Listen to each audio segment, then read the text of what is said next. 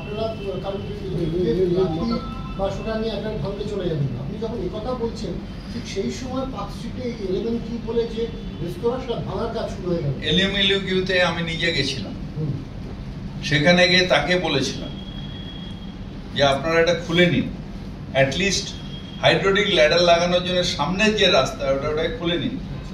এরা খোলেনি বলে আমরা ওই সামনেরটুকুই ভেঙেছি, পেছনটা ভাঙিনি, কিন্তু সামনেরটুকুই ভাঙা হয়েছে। যেটার আমরা বলে এসেছিলাম যে রাস্তার ধার দিয়ে যখন লোক একটা রেস্কিউর জন্য যাবে হাইড্রোলিক ল্যাডার লাগবে।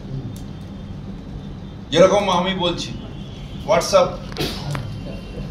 ক্যাফে ইলিগাল করেছে, ডিসেম্বর মাসে নোটিশ দেওয়া হয়েছে, কোর্টে গিয়ে স্টে নিয়ে এসছে।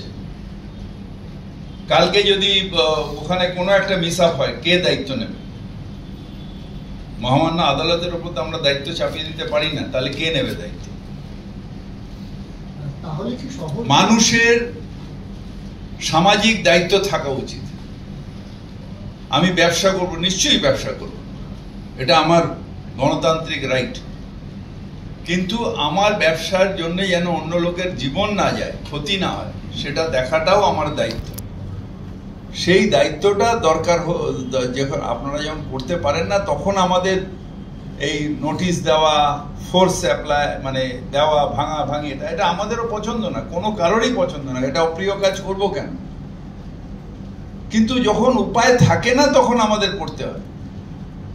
আপনি যদি বলেন যে না এগুলো ঠিক আছে, তাহলে ঠিক আছে।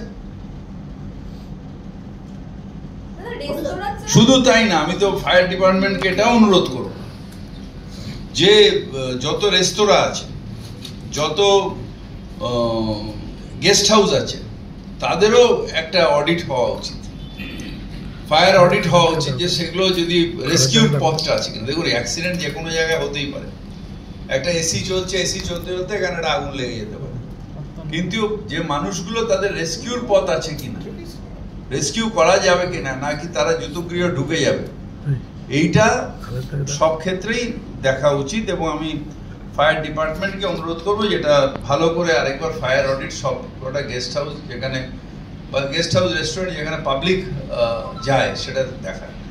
আমাদের কাছে কোনোটাই বন্ধ করাটা আমাদের কাছে অভিপ্রায় নয়, আমরা ব্যবসায় হাত দিতে চাই না, কিন্তু মানুষের জীবন তার থেকে অনেক বেশি বলে আমি মনে করি।